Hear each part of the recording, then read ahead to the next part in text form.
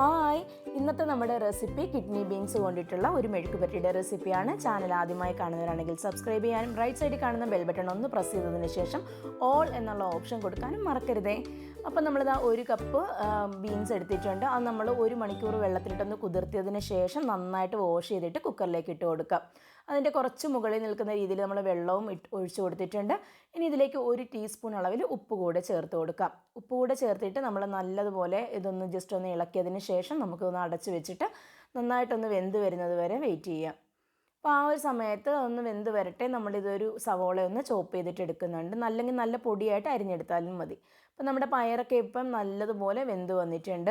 അപ്പോൾ നമ്മൾ ഇത് എടുത്ത് നോക്കുന്ന സമയത്ത് ഇങ്ങനെ ഒന്ന് ഒടിച്ച് നോക്കുമ്പോൾ ഉൾഭാഗം നന്നായിട്ട് വെന്തിട്ടിരിക്കണം.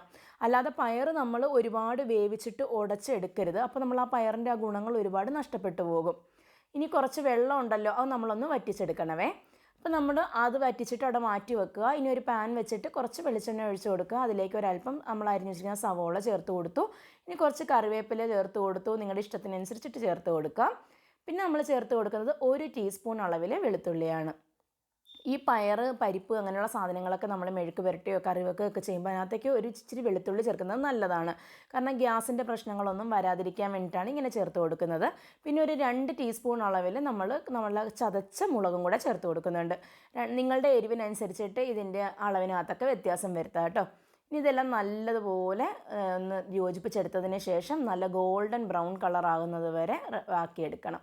അതിനുശേഷം വേണം നമ്മളിതിലേക്ക് പയർ ചേർത്ത് കൊടുക്കാൻ. ഈ ഒരു സവോളയുടെ മുളകിൻ്റെയൊക്കെ നല്ലപോലെ പച്ചമണം മാറുന്നതിന് ശേഷം മാത്രമേ നമ്മളിതിലേക്ക് പയർ ചേർത്ത് കൊടുക്കാൻ പാടുള്ളൂ.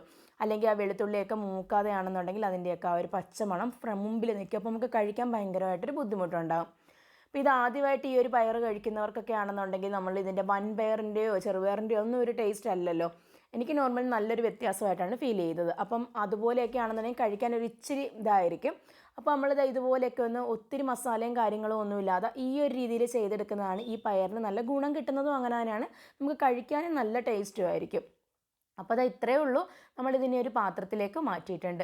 നിങ്ങൾക്ക് ഈ വീഡിയോ ഇഷ്ടമായിട്ടുണ്ടെങ്കിൽ തീർച്ചയായും ലൈക്ക് ചെയ്യാനും ഷെയർ ചെയ്യാനും മറന്നു പോകരുത്.